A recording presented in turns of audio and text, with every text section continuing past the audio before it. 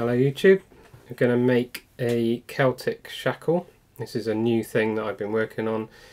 It's a way of doing a soft shackle, so as strong as a carabiner but as light as a feather, out of Dyneema or Amsteel. And if you look at my other video for the improved soft shackle, it uses a lot of that and then something different. So I wanted a soft shackle that won't jam and won't have any weak point on the bit that goes over the knot. So I've come up with this, which is a Celtic, call it the Celtic Shackle, because there's a normal soft shackle with no noose at the end, but it uses a Celtic Knot to go as a slider. So you put that on, just loop it over, and then you push your slider up like that. And there you go. And it's really good. Doesn't come undone. You can use it with gloves on and things like that, and it just works a treat. So yeah, I'm using that a lot at the moment. So we're going to show you how to make one of these. So what I'm going to do is make one of these an 8-inch shackle, and that's good because you can put it through your suspension at the end of your hammock, like an 8-inch continuous loop if you want to use it like that. Or you can use it for other things. I use it for putting my tree straps onto stuff and things like that. So let's get started. So let's set you up. So first of all, to make it, you need some Amsteel. I'll do this bit quick because it's on my other video as well, but you start off with 39 inches of cord.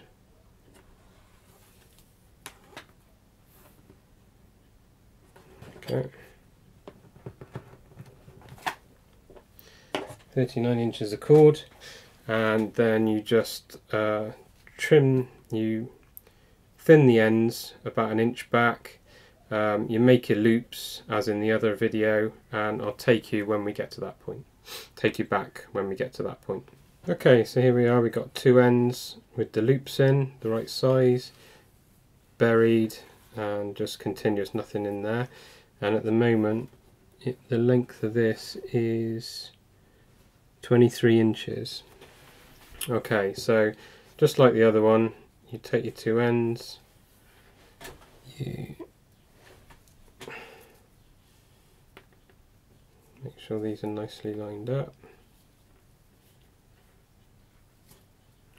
You do your little overhand knot. This time it doesn't matter too much that this is exactly the same, because you're not going to rely on it as a noose. That's to come out exactly. So you just put those through the two ends, and then you feed the knot around. There we go. And pull it really tight. There you go. So you've got your knot and just a continuous end with a loop. So now we're going to do the slider. You can use this slider for all sorts of things. Quite good. So for the slider, you want a fairly chunky knot. So I found the best stuff is just 550 paracord. A lot of people have that around. So I'm going to take a piece about this long,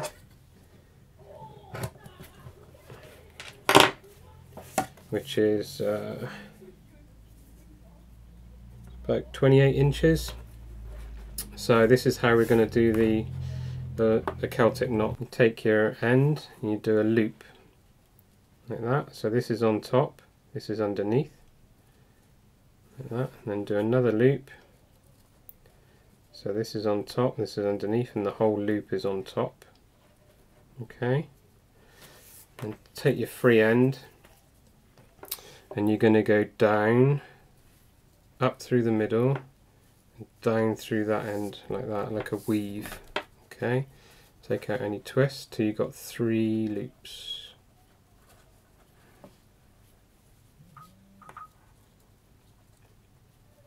So you've got 3 loops like that. Then you take it over the top, and you're going to go down through this outer loop and up through the middle like that. Okay, that is the Celtic knot now. Now what I do is I put my finger through the middle and just tighten it up, and then take out all the slack. So there'll be quite a bit of slack in here.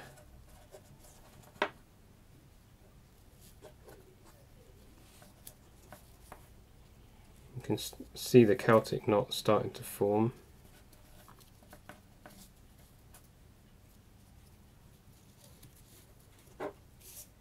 Okay, so you've got kind of your Celtic knot now, there, with a hole through the middle. So you leave the hole there, and you get your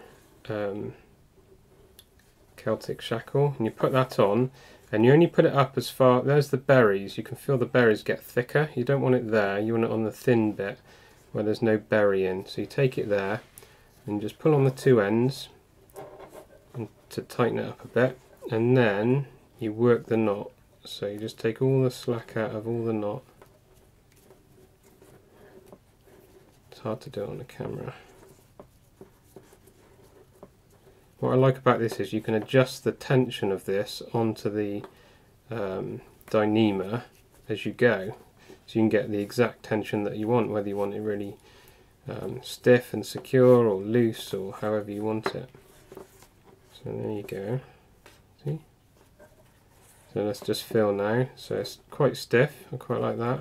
I'm going to tighten it up a little bit more. So you take one of the ends, find out where that's coming out, comes out there. So I'm just going to work any slack around. Don't have to move it much, just maybe a few millimeters. That's all it needs. If you find it hard to get your nails in there, you can just use a little thing to help pull it through.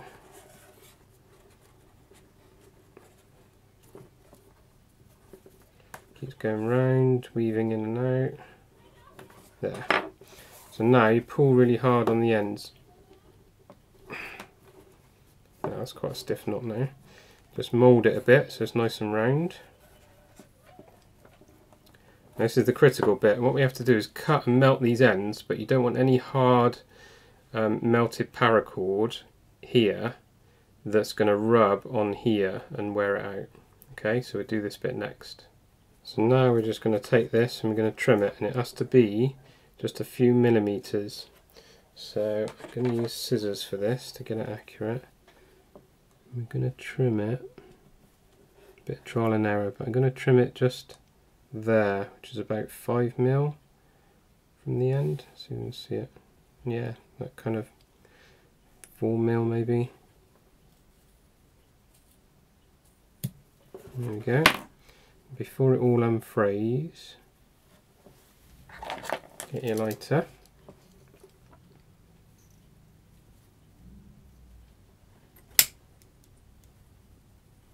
Melt the bottom.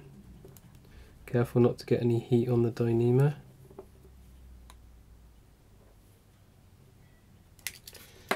And get some metal and just bend it over away from the Dyneema. Like that. You can feel it, so there's no hard edges near the Dyneema. And once you've done that, you want to mould it a bit now. So just heat the end again till it's bubbling. And then press it flat with some metal. There you go. And there's no hard edges now near the Dyneema. So do the same on the other side.